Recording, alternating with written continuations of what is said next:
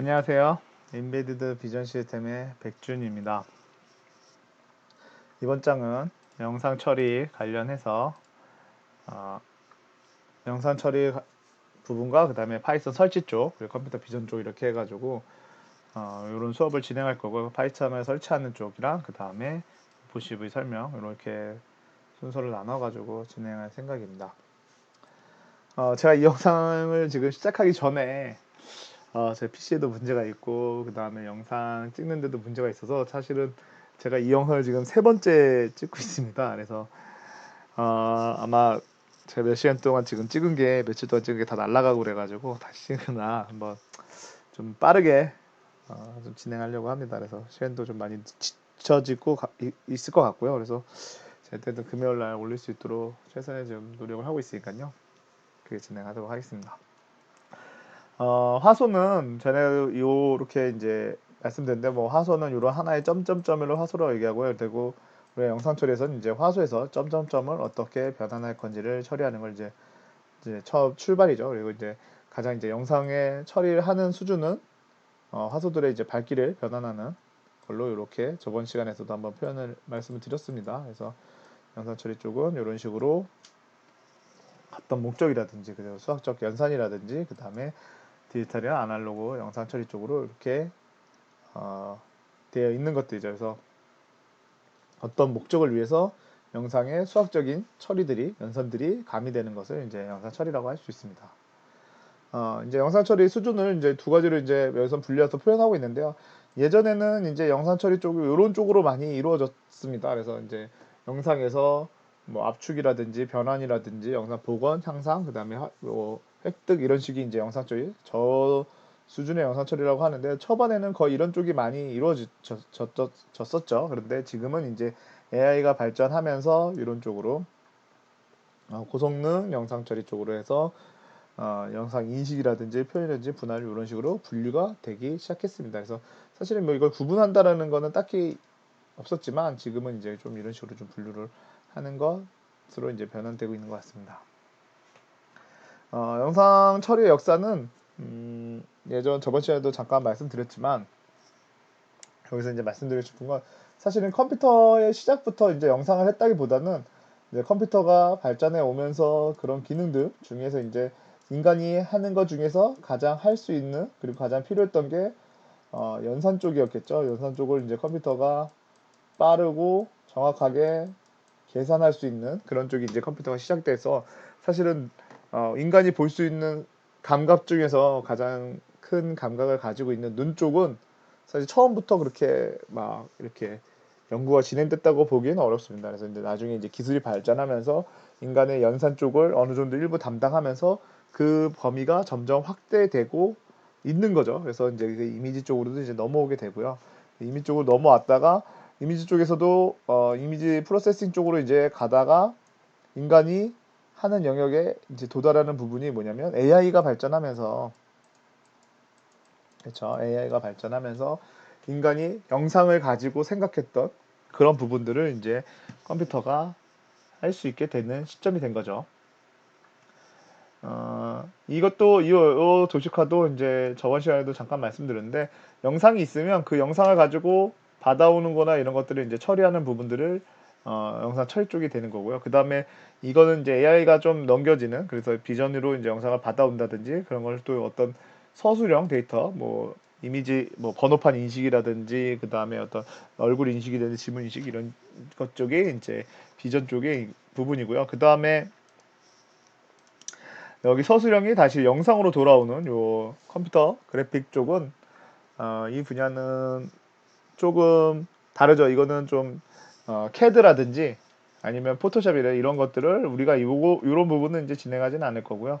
우리는 영상 처리나 컴퓨터 비전 쪽으로 진행하게 될 겁니다. 어쨌든 이렇게 분야가 나눠질 수 있는 거죠. 영상에서도 근데 여기서 이제 발달된 영상 처리 기법들이 컴퓨터 그래픽 쪽으로 내려가서 또 활용도 되고요. 그런 식으로 구성이 되죠.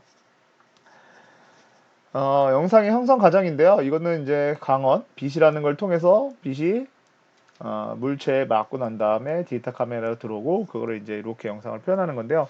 그래서 제가 재밌는 문제를 하나 내면 빛은 입자일까요? 아니면 파동일까요?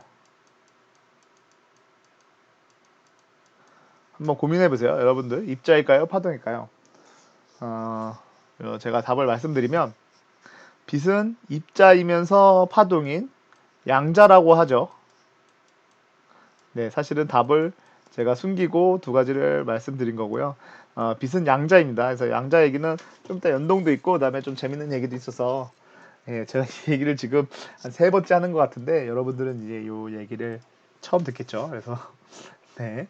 음, 원래는 빛은 이제 우리가 이제 파동이라고 하면 어떤 매개체가 있어가지고 음성 같은 게 파동으로 이렇게 나가는 거고요. 그 다음에 또 물에서 이게 똥똥똥 쳐서 이런 물결이 흘러나오는 파도 같은 거죠. 파도 같은 것도 그것도 어떤 매질을 통해서 파동으로 전파가 되는 거예요. 사실은 이거는 입자랑은 관계가 없죠. 근데 어, 양자라는 거를 최초로 발견하게 되는 것이 여태까지 빛도 어떤 매질을 통해서 지구까지 온다라고 생각을 하고 있었고 옛날 사람들은요. 그래서 이거는 빛은 파동이라고 생각하고 있었는데 그때 아인슈타인이 광전자 실험을 통해서 광전 효과를 통해서 빛은 입자라는 거를 밝혀냅니다. 그래서 알고 봤더니 빛은 파동도 성질을 가지면서 입자의 성질을 가지는 두 가지 성질을 가진다 해서 이제 양자라는 얘기를 썼고요. 그래서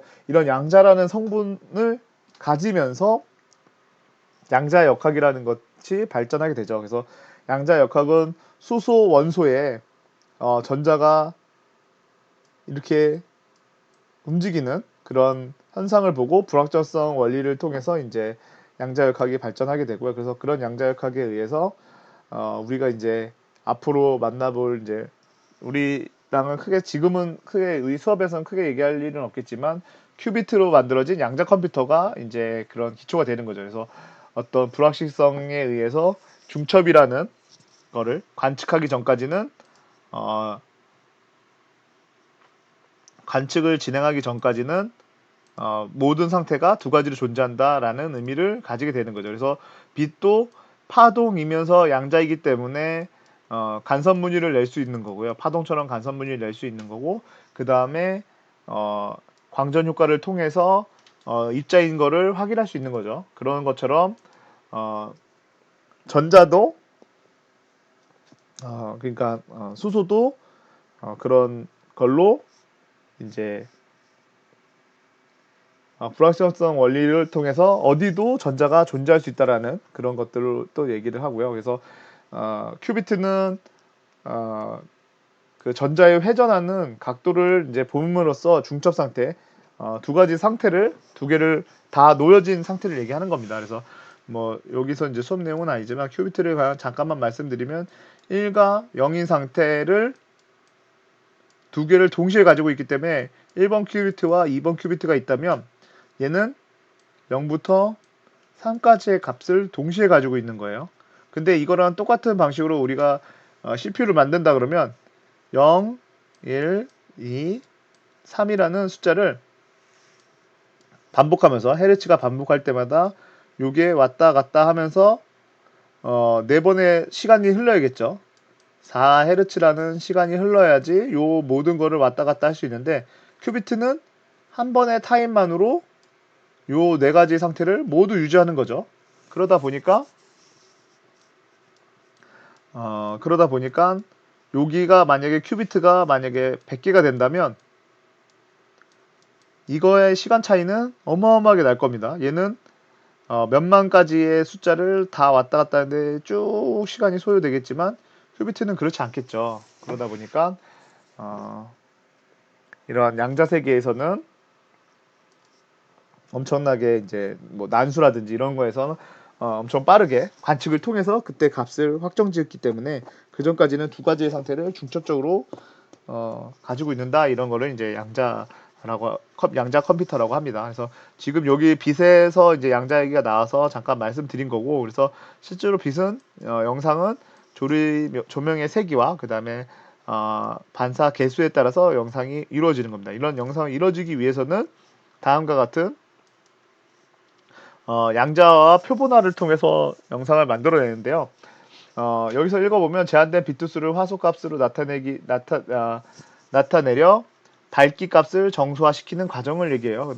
밝기값을 높낮이를 나타내는 값이고요. 그 다음에 무한한 연속된 값을 일정한 해상도에 따라 유한계의 화소만큼을 입력하는 값으로 취하는 과정이라고 해요. 그래서 말은 좀 어려운데요. 좀 설명을 드리면 어떤 이런 아날로그적인 데이터겠죠. 아날로그적인 데이터는 어떤 끊김없이 쭉 이어지는 데이터를 얘기하는 거겠죠. 거기에 A부터 B를 쭉 그어서 거기 있는 데이터를 쭉 뽑아보면 연결이 끊기진 않지만 쭉 이어져서 데이터들이 나올 거예요. 어디에도 연결이 끊어진 부분은 존재할 수 없겠죠. 그렇죠? 그리고 얘를 이렇게 무수히 많게 존재하기 때문에 왜냐면 0과 1 사이의 길이는 선으로 그으면 이 정도지만 여기 사이에는 무수히 많은 숫자가 있을 거예요. 0.01도 있을 거고 0.001도 있을 거고요.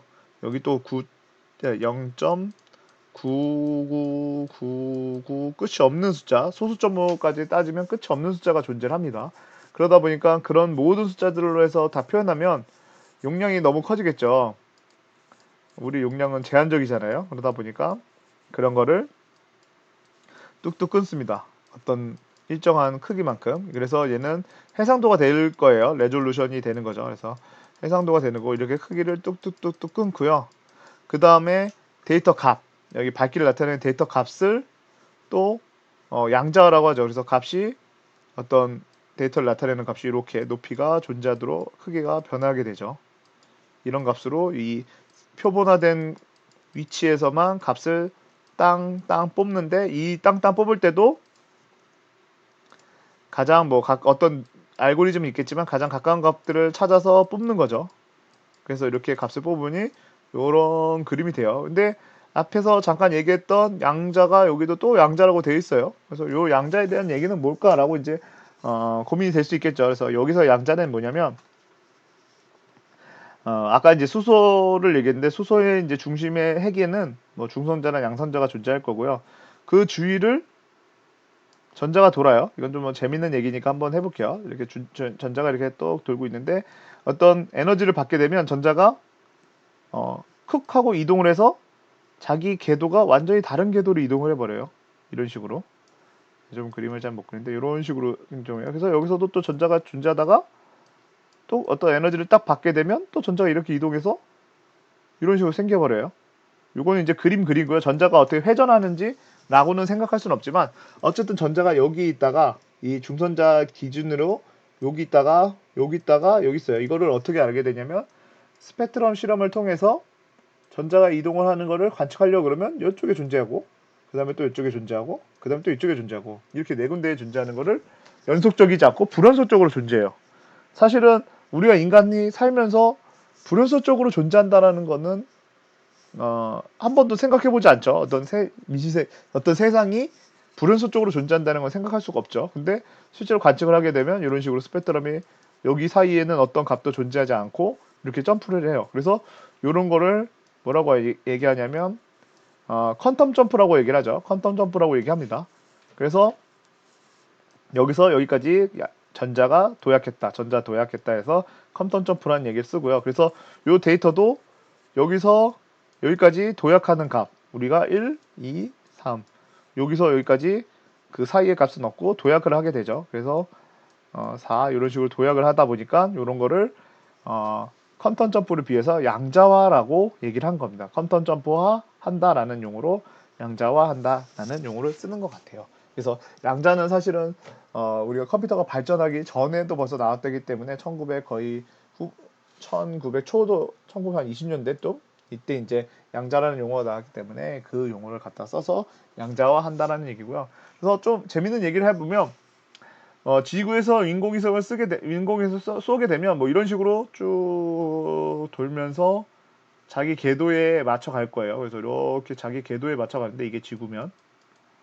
이런 식으로 이제 돌게 될 텐데 전자는 그렇지 않죠. 여기 이렇게 쭉쭉 퀀텀 점프를 통해서 이렇게 존재를 해요. 그러다 보니까 재밌는 얘기로 미시세계 우리가 작은 세상을 미시세계라고 하는데 이런 그 영화에서 어벤져스 최근에 이제 유명했던 영화죠. 우리 코로나 이전에는 거의 모든 사람들이 많이 보렀던 그런 영화인데 거기서 이제 앤트맨이 미시세계까지 내려가요. 왜 미시세계까지 가야 되냐면 미시세계는 우리가 눈으로 볼 수 없기 때문에 인간이 그만큼 작아진다면 이런 미시세계를 볼 수 있지 않을까라는 이제 그런 상상에서 시작하는 거죠.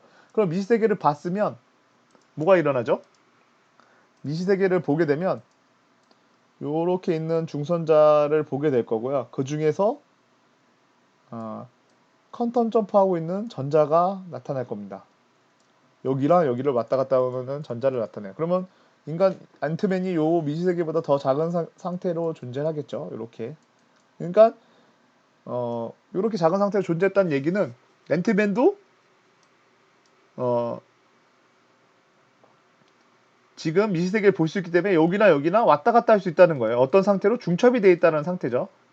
그거를 그 기준을 가지고 이제 과거로 돌아갈 수 있는 기준을 정하는 거죠. 왜냐면 이렇게 여기서 여기까지 퀀텀 점프를 할 수 있다는 거는 시간을 의미하는 빛을 무시하는 경향이 되는 거예요.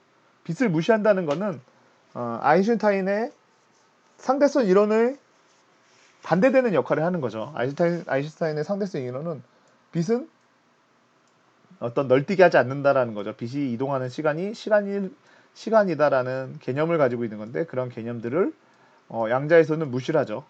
확률적으로 존재한다고 하지만 어쨌든 얘는 미시세계를 점프 뛴다라고 해요. 그래서 이런 시간을 의미하는 빛을 무시하기 때문에 양자 역학적으로 들어가게 되면 만약에 인간이 양자 미시세계로 들어가게 되면 확률상 어디도 존재할 수 있다. 어디도 존재할 수 있다는 것은 시간을 무시하기 때문에 다른 과거나 미래로도 갈 수 있다라는 걸로 이제 확대 해석하는 거죠. 예. 그래서 이제 영화는 그런 식으로 나온 거예요. 그래서 영화도 과학적인 내용을 잘 알고 있으면 또 어벤져스나 앤트맨이 어떻게 저런 상황이 되겠거나라는 걸 알 수 있겠죠. 예. 그래서 그런 부분이 있고요. 그다음에 이제 표본화 양자를 이런 식으로 이제 표현이 되는데 표본화를 이런 식으로 잡게 되면 여기 이제 데이터들을 이렇게 이런 칸이겠죠. 요 칸이 얘가 되는 거고 요 칸이 이제 얘가 되는 건데 실제로는 이제 흰색이랑 검은색이 많이 분포되어 있지만 검은색 부분이 이제 색상이 워낙 진하다 보니까 좀 진한 색. 그리고 얘 같은 경우는 좀 밝은색이다 보니까 좀 밝은색으로 표현되고요. 거기에 이제 값을 입히게 되면 이런 식으로 값이 없는 쪽은 255 값이 들어가지만 여기는 이런 식으로 데이터가 들어가진다라는 거죠. 그래서 이 데이터가 이렇게 형성이 된다라는 걸 이제 보여주는 거예요. 이건 양자화된 데이터고요. 그래서 실제로 이제 데이터 보면 표본화는 해상도와 연관이 있어요. 표본화를 더 많이 하면 많을수록 레졸루션이 올라가서 이런 식으로 쓰죠. 2591 하기 2500이 영상이 되는 거고 얘는 3931에서 이렇게 많이 이런 식으로 깍두기 모양이 돼요. 그래서 우리가 요즘 많이 쓰는 게 이제 HD급이라고 얘기를 하죠. HD급이 맞나요? 그래서 얘가 720p라고 그래. HD가 720p인지 모르겠어요. 720p는 1280인가요? 1280 곱하기 720을 나타낼 때 이 뒷단을 얘기하는 거고요. 그렇죠. 그래서 여기다 p를 붙여주는 거고 뭐 1080p 같은 경우는 여기다 써야겠네요.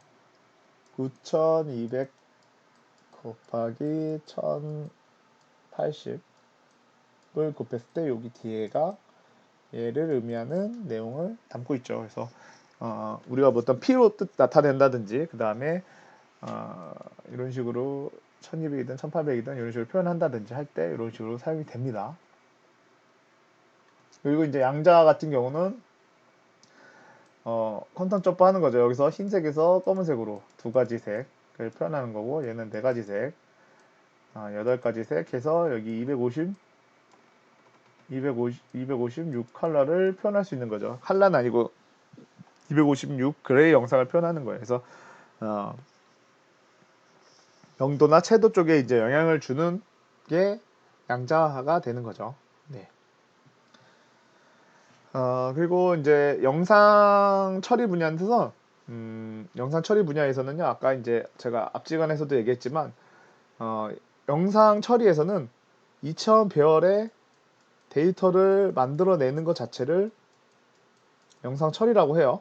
그러다 보니까 이렇게 X선 데이터들이죠. X선 쪽의 데이터들이 2차원 배열에 들어오는 것도 영상 처리의 분야가 되는 거예요. 그래서 어, 우리가 이제 생각하기에는 가시광선은 어떤 빛을 반사해서 물체가 받는데 X선 같은 경우는 인간 몸은 통과를 해요. 파장이 작기 때문에. 그 대신 이런 뼈나 두꺼운 이제 통과하기 힘든 것들은 부딪혀서 반사가 되면 그 이미지를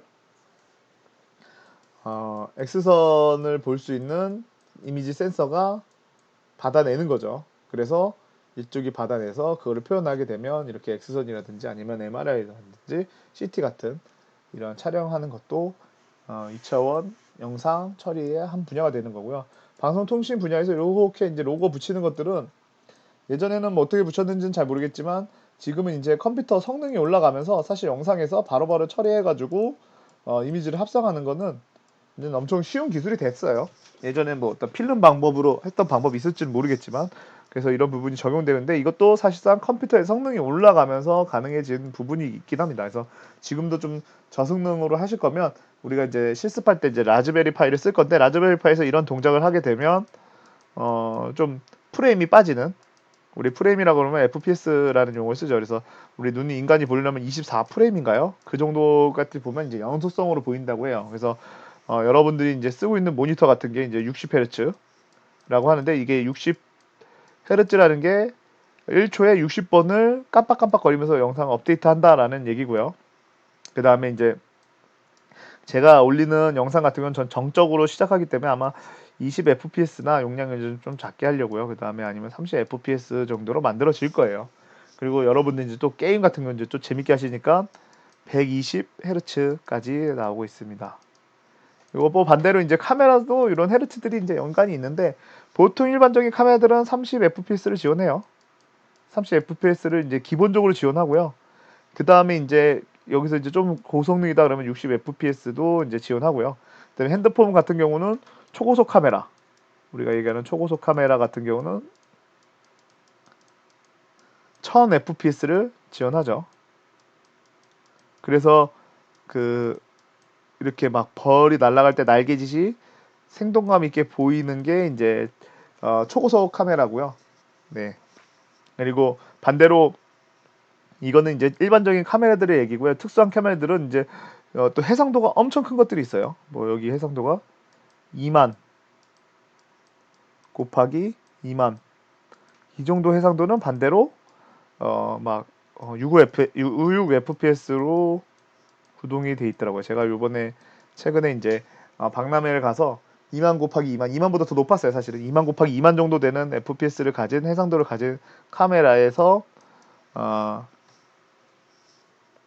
6fps로 데이터를 찍더라고요. 근데 그 여기에 인터페이스도 그냥 우리가 알고 있는 IP 카메라가 아니라 뭐 테라 같은 테라 데이터를 이제 받아들일 수 있는 그런 특수한 것들로 사용을 합니다. 그래서 이런 식으로 존재하고 이것도 이제 좀 아직은 완전한 상용화 제품은 아니었지만 했지만요. 그래서 그런 식으로 제품화하고 있다라는 걸 이제 말씀드린 거고요. 공동 자동화 부분에서는 실제로 이제는 이런 요 모양은 지금 너무 단순한 모양이고 사실은 이제 막 삼축 암이라 그러죠. 암 같은 경우에 이렇게 암이 있어요. 그래서 여기 이제 손잡이가 달려 있는 애들도 있고 뭐 여러 가지인데 이런 데는 이제 카메라를 부착해서 물체를 파악하고 실제로 얘 물건을 이동한다든지 그런 역할들을 진행을 합니다. 그래서 얘 암이 카메라를 부착이 돼서 얘 물건을 이동한다든지 어떤 행동들을 하게 됩니다. 그래서 그런 행동들을 하게 돼서 이거를 들어 올린다든지 여러 가지 동작들이 이제 공정 자동화 분야에 많이 활용되고 있고요. 그다음에 판매, 출판, 사진 분야는 사실은 이 분야는 이제 포토샵이나 이런 분야인데요. 이거는 이제 어떤 기능들이 나오면 저는 포토샵 잘 안 해봤지만 이렇게 뭐 어떤 동일한 색깔을 다 묶는다든지 이런 것들은 사실 영상 처리 기술이에요. 영상 처리 기술이 발달하면 이런 것들이 이제 포토샵으로도 내려오는 거예요. 네, 그런 식으로 해서 이제 사실은 영상 처리 기술들이 발전하면 어떤 그림을 편집하는 기술에도 그런 기술들이 적용돼서 만들어지고 업그레이드 된다라는 거죠. 근데 뭐 포토샵 같은 거라도 이런 것들은 이제 워낙에 이제 잘 돼 있다 보니까 더 이상 적용할 기술들이 크게 많이 남지 않았을 겁니다. 예, 그 대신 이제 여러분들도 새로운 알고리즘에 이런 걸 또 구분하게 되면 그런 것들이 또 적용돼서 적용이 가능할 수도 있고요. 그리고 이제 애니메이션은 이제 게임 분야인데 이거는 이제 뭐 성능이 올라감에 따라 이제 현실감이 좀 더 높아지는 그런 상황이고요. 그 다음에 이제 기상청, 지질 탐사나 이런 건데 카메라 센서도 사실은 카메라 센서도 꼭 가시광선만 보는 게 아니죠. 아까도 이제 말씀드렸지만 적외선을 본다든지 아니면 밴드를 여러 개를 볼 수도 있어요. 밴드를 여러 개 본다는 거는 우리가 알고 있는 RGB 밴드만 보는 게 아니라 그 다른 밴드들 또 여러 개 보는 거죠. 요 지금 사진 같은 경우는요. 실제로 RGB로 찍은 사진이 아니에요. 아마 다른 밴드로 합성된 것 같아요. 그래서 여기가 만약에 서울을 뜻하든 어떤 도시를 뜻한다면 파란색도 살짝 다르죠. 색깔이 좀 다른데 이뭐 파란색 같은 경우는 B라는 부분은 좀 살려놓고 그 다음에 다른 쪽 영역을 다른 색으로 찍었을 때 다른 밴드를 집어넣으면 이렇게 표현이 돼요. 그래서 우리도 눈으로 보고 있는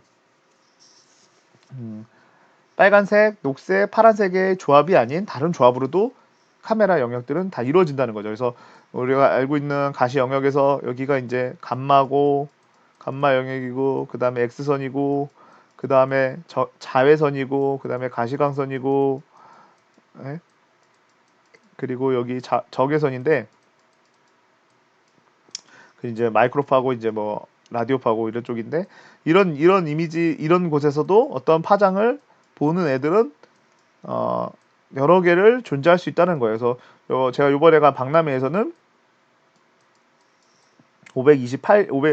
512개의 밴드를 볼 수 있는 그런 카메라를 개발하고 있는 거를 또 봤습니다. 512개의 영상을 볼 수 있는 밴드를 볼 수 있는 그러니까 세분화해서 많이 보고 그 중에서 우리가 R, G, B를 뽑아서 영상으로 만약에 세 개의 밴드를 넣고 RGB 영역에다가 얘네 데이터를 쫙 넣어주면 우리가 보고 있는 이런 RGB 영상이 되는 거예요. 여기에 뭐 다른 여기 밴드라든지 여기 밴드를 보게 되면 이런 식으로 좀 다르게 왜 우리가 알고 있는 그림이랑 살짝 다른 색상이 입혀지는 걸 볼 수 있어요. 그리고 반대로 RGB 영역에다가 반대로 뭐 B랑 G를 바꾼다든지 G랑 B, R을 바꾼다든지 이런 식으로 바꾸게 되면 이것도 아예 전혀 다른 영상이 됩니다. 이건 나중에 우리가 여러분들이 하면서 배우면서 실습해보고 공부해보시면서 보시면 좋을 것 같아요. 그런 식으로 변한다는 거 보시면 될 것 같고요.